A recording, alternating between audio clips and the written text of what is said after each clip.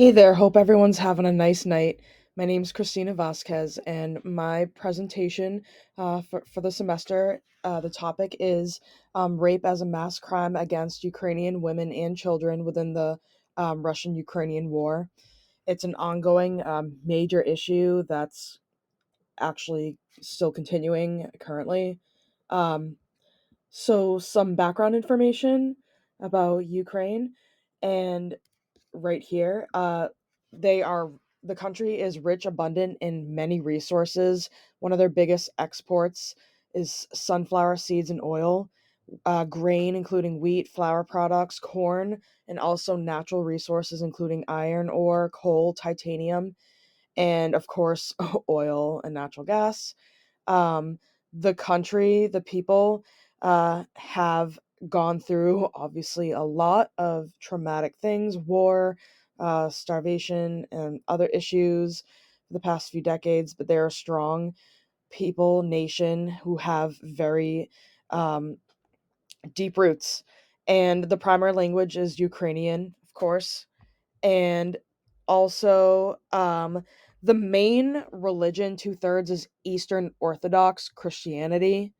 But there is around 15% Catholicism, and there are also pockets of Jewish communities as well, and Muslim communities. So who practice, like of course Islam. So but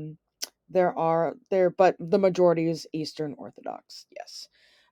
So also the country prides itself on its education, and actually, a large percentage of the citizens have college degrees. So I thought that was pretty cool, interesting. And then another um, major, like other identifying thing with Ukraine is the symbol of the sunflower. So, of course, as one of the major exports of sunflower seeds and oil, of course, they are abundant in growing sunflowers themselves. Um, and the sunflower has cultural roots.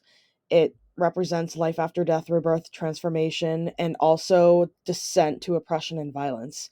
For example, after Chernobyl, a bunch of sunflower seeds were planted in areas, obviously, where people could go to at the time, and to grow sunflowers and help, hopefully, against the radiation going on. But also during the Russian invasion of this past year, last year, 2022, a lot of civilians were keeping sunflower seeds in their pocket as a symbol of, they're against this invasion in the war.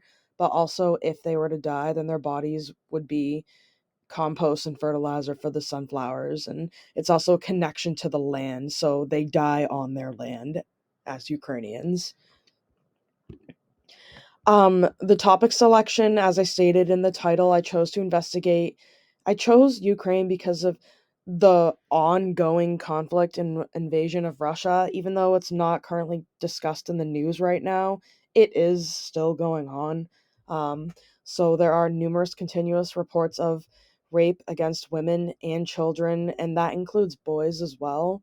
Um, and since Russian invasion, like I said, 2022, and the reports are not, like, the numbers and figures are hard to actually get an actual correct statistic and number on, just because people, first of all, aren't reporting it, which obviously there's a lot of toxic shame attached to it, but also because the country right now is having a lot of infrastructure issues. So there's not really like hospitals or like where one can go to right now to get a rape kit, etc., or maybe an abortion and whatnot.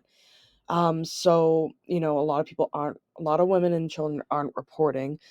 Also, um, but going back really quick, I wanted to just touch on also how Ukraine officially became an independent country in 1991 after the collapse of the Soviet Union. But even though that happened, the country has always had issues with Russia and tensions and violence and aggression coming from Russia. And Russian invasion, this past one in 2022, has really destroyed a lot of the lands, displaced most of the citizens, tortures going on.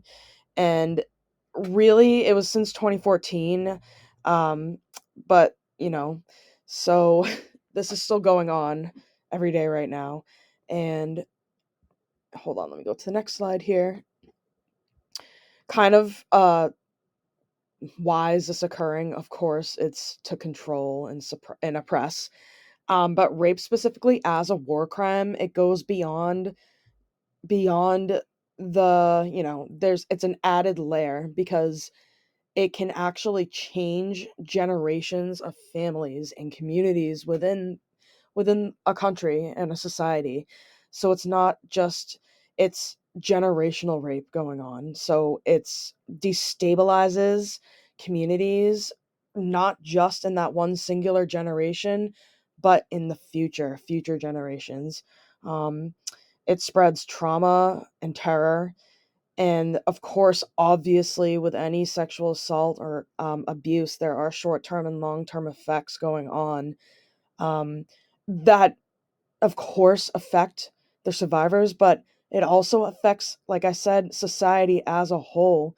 People are not functioning, people are not healthy because they've dealt with so much trauma and abuse that they're going through all sorts of different issues, and it does affect the way that our society works with one another and the health of our people. Like, it is a big deal.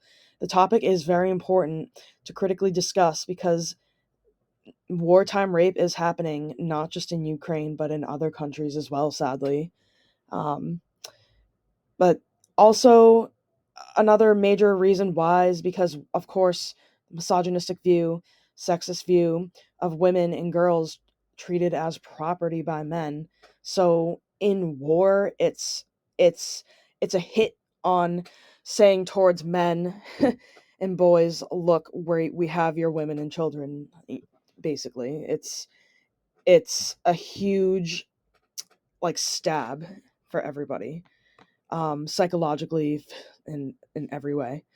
Um, and like I said earlier in the previous slide, the exact figures and statistics are hard to currently keep track of.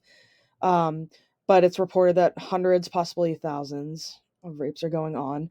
Another practice which is horrible is forced rape through extension. So, for example, Russian soldiers forcing um, a Ukrainian man or boy that they have captured, forcing them to rape another Ukrainian, like a woman or child, when they don't want to be doing it. But for example, they will be tortured and or killed if they don't do it, and it's sadly that's been going on as well. So that's just another layer of adding shame, toxic shame, into the community, into the people. On top of the sexual assaults and rapes going on, Ukraine does not currently have the resources and capabilities to provide women with safe legal abortions as well after their rapes. And many Ukrainians have ended up having to leave and become refugees, obviously, in close by European countries. And one of those major countries is Poland. And it has been reported that in Poland, you cannot apparently get a legal abortion until the rape has been legally recognized and documented. So I'm assuming going to, a police station and reporting it, identifying the abuser, which of course is impossible in this situation. So obviously, this is an enormous violation and barrier for Ukrainian women and children, and this is causing women and girls to carry unwanted pregnancies without proper health care and support in the middle of a war crisis. So obviously, this is a huge issue going on.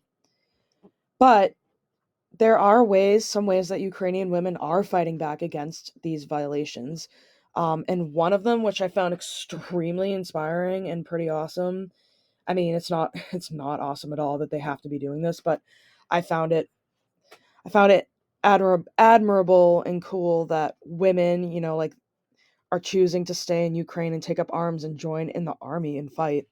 And I find that powerful. Um, and also solidarity with other women. Also, another major way was sharing, spreading awareness and information, events, things that are going on as they're happening through the internet and social media platforms, obviously, like such as YouTube, Twitter, etc. That's important as well because I mean, before the internet, it was much harder to get the spread of global information, and being able to record an event as it's happening is the best type of proof, viewing slash evidence you can see, and that's why the government has been trying to control what we can see and et cetera and whatnot. So thank you very much for watching this, and I know it's a difficult subject and topic, but it's something that we need to continue discussing, not just, like, of course, rape as a war crime, but, sexual assault, abuse in general within our society. Um, it was emotionally difficult for sure to research this and read the details in the articles and the journals that I collected. Um, but women and children deserve voices, and we need, keep educating ourselves and keep doing the best we can to support. Thank you very much and have a great night.